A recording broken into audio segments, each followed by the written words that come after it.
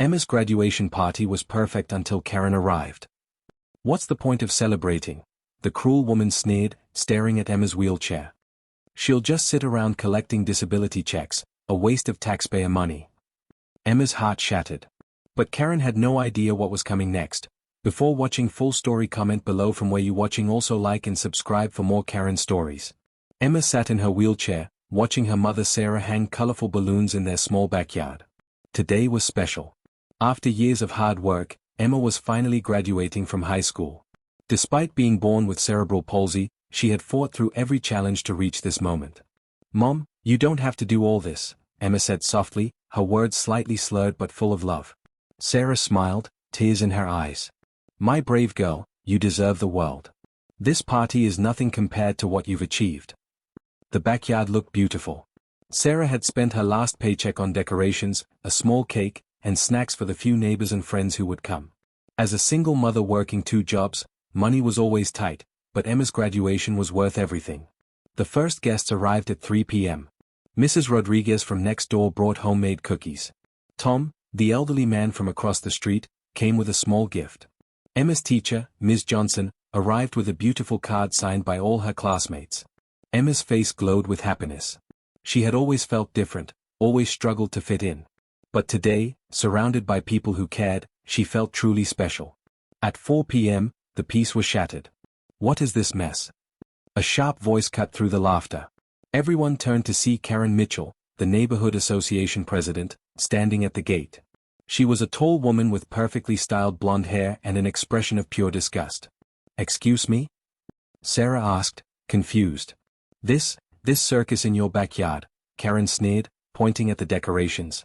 "Do you have a permit for this gathering? This is a residential area, not some carnival ground."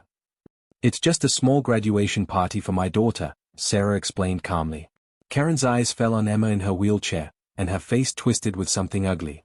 "Oh, I see. Well, that doesn't give you the right to disturb the entire neighborhood with your situation." The word situation hit Emma like a slap. She had heard that tone before, seen that look. It was the same expression people wore when they thought she was a burden. Please," Ms. Johnson stepped forward. "We're just celebrating Emma's graduation. She's worked incredibly hard to reach this milestone." "I don't care what she's done," Karen snapped. "Look at this place. Cheap decorations everywhere, people blocking the sidewalk with their cars. This is bringing down our property values." Emma felt tears building in her eyes. Her beautiful day was being ruined by this cruel woman. "You need to shut this down immediately," Karen continued, pulling out her phone. "Or I'm calling the police and the city about your illegal gathering." "Karen, please," Sarah begged. "It's my daughter's graduation day. We'll keep it quiet, I promise." "Your daughter?" Karen looked at Emma again with disgust. "Honestly, I don't know why you're even celebrating. What's she going to do now? Sit around collecting disability checks?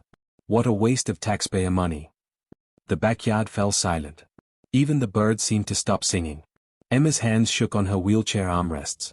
Those words cut deeper than any physical pain she had ever felt. In one cruel moment, Karen had reduced all her struggles, all her achievements, to nothing. "How dare you?" Sarah whispered, her voice trembling with rage. "I dare because I'm tired of pretending," Karen shot back. "Tired of acting like having people like her in our neighborhood is something to celebrate. Do you know how this looks to potential buyers? A disabled girl in the area? It's not exactly a selling point." Mrs. Rodriguez gasped. Tom shook his head in disbelief. Ms. Johnson looked ready to fight. But Emma just sat there, feeling smaller and smaller with each cruel word. "You have 1 hour to clean this up," Karen declared. "Or I'm making those calls." She turned to leave, then stopped. "Oh, and next time you want to throw a pity party, do it somewhere else. Some of us have standards." Karen walked away, leaving behind a group of shocked people and one heartbroken girl. Sarah knelt beside Emma's wheelchair, taking her daughter's hands. "Sweetheart, don't listen to her. She's wrong about everything." But Emma couldn't stop the tears. "Maybe she's right, Mom. Maybe I am just a burden. Maybe there's no point in celebrating." "Don't you dare say that," Sarah said fiercely. "You are the strongest, smartest, most amazing person I know. Karen Mitchell is just a bitter woman who's never accomplished half of what you have."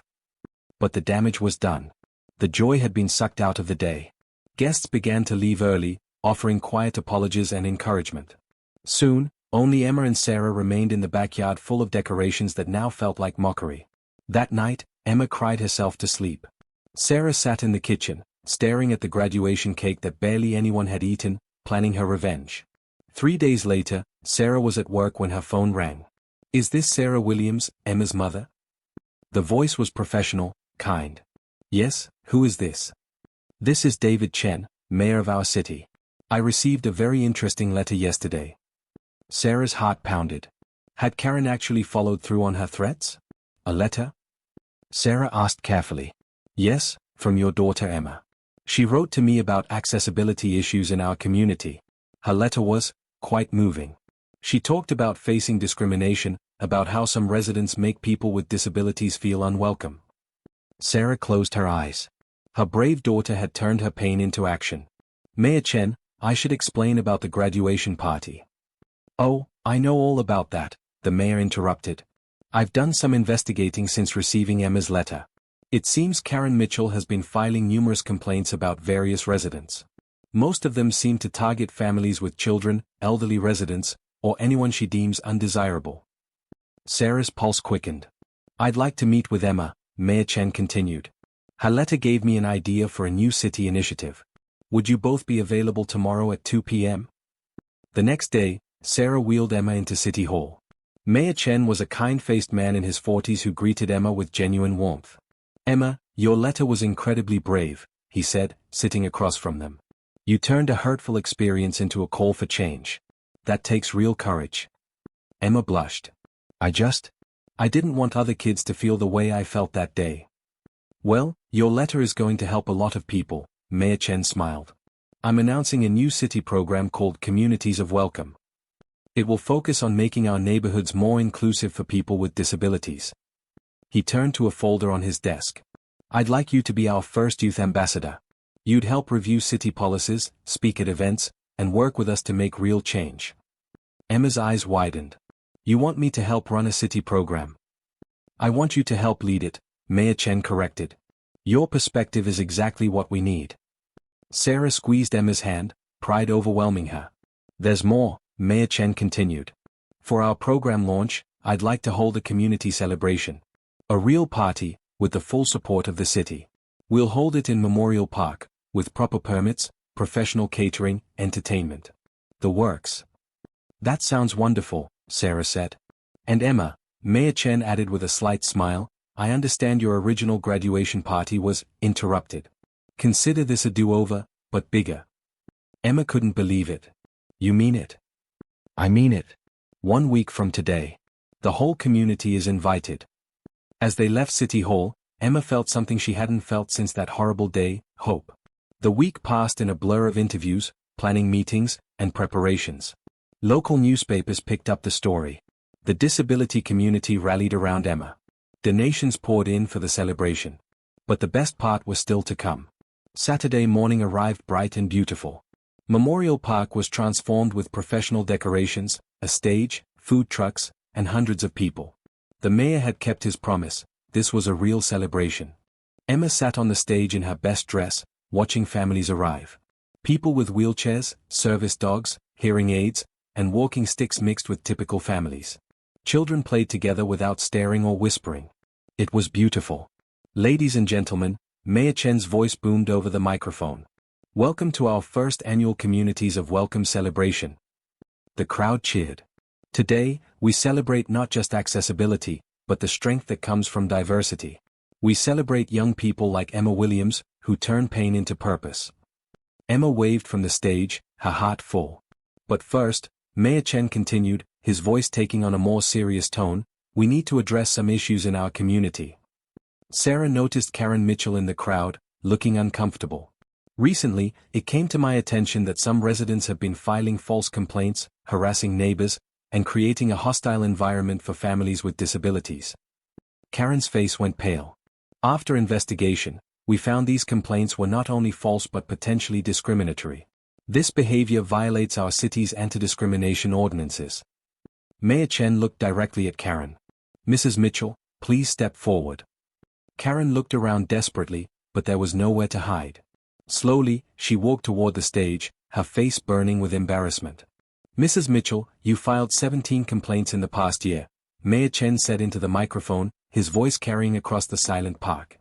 Complaints against families with children, elderly residents, and people with disabilities. Investigation showed every single complaint was false. Karen stammered, I was just trying to maintain neighborhood standards. No, Mayor Chen said firmly.